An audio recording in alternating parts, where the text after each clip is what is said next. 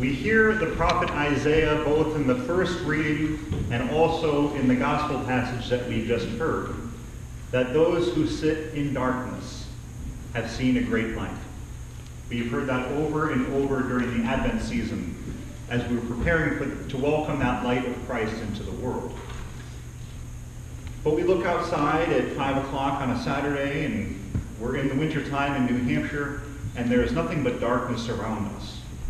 It's a very, very dark time, especially here in the Northeast.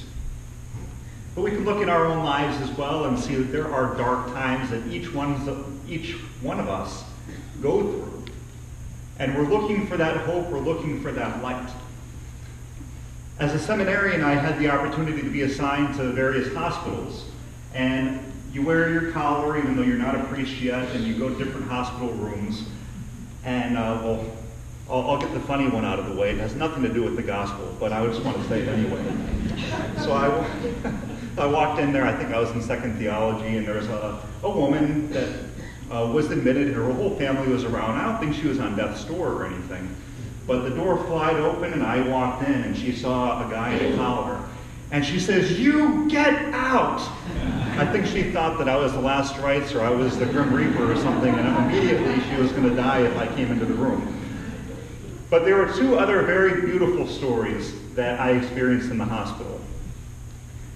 One, I was a newbie, only in the seminary for a year, and had no idea what I was doing, had no idea what I was going to say to anybody who was in that type of position. I walk into the room and there's a woman sitting there. Her head is completely bare. I was in the heart section of the hospital. I was not in the cancer section. So I anticipate that I was going to see a cancer patient.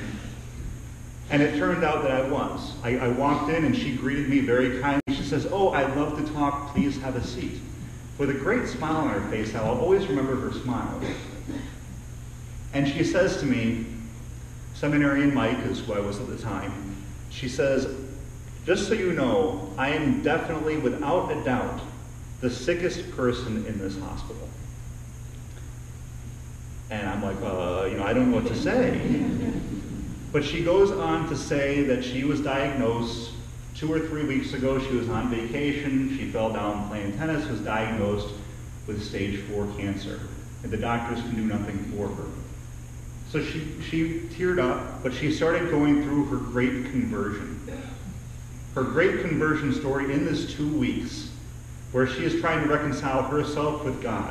She never raised her kids in the faith. She never went to church, but she realizes now, where she is, that God is real, that God does love her, and there is a sense of hope for all that return to him. It floored me, and that story will remain with me always, because I got out of there. I was probably with her for a good 2 hours. And somebody who we would look at and says they're in the worst possible situation found Christ, and Christ offered them that light of hope.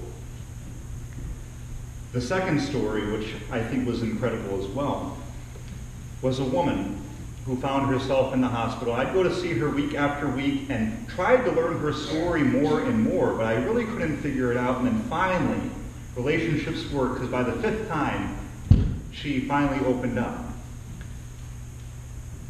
What ended up happening was she had a really bad week.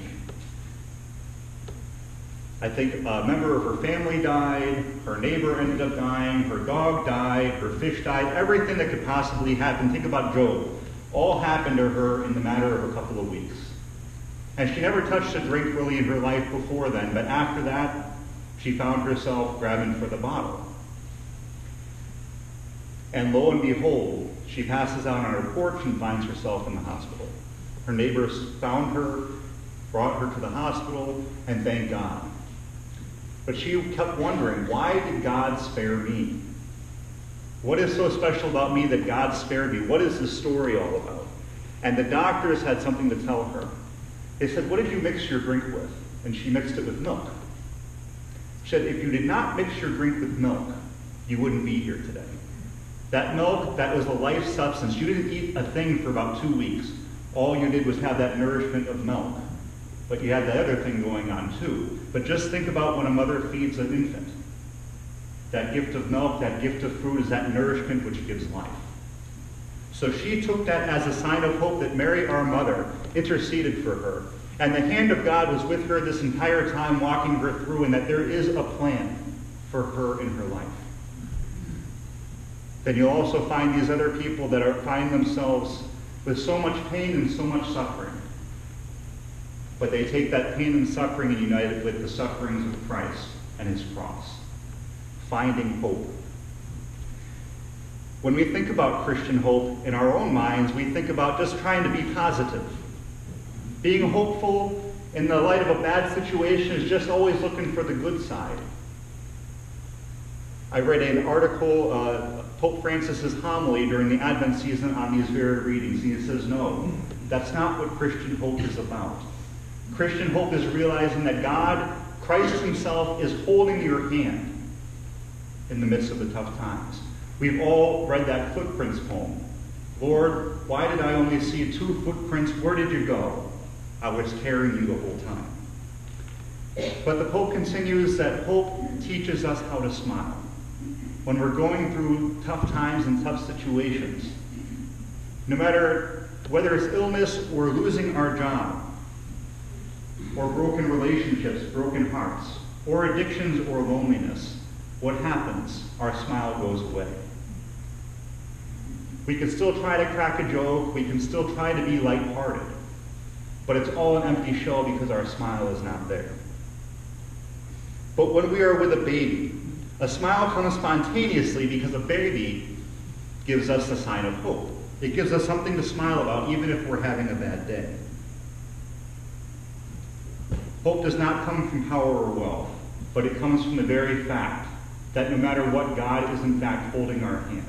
And all these stories of the hospital, everybody I spoke with had a great smile on their face in the spite of their misery, in the spite of tragedy, because they realize that there is hope, that God indeed is with them and does indeed have a plan for them now and for also eternal life. Hope is always a very tough thing to talk about because we feel like we sometimes are people without hope. But we wouldn't be here today in this church receiving his sacraments if we were. He gives us so much hope in so many ways, in our families, but in his very body and blood, soul and divinity, which we will receive in just a few minutes. So may we never lose sight and just think that we need to be positive.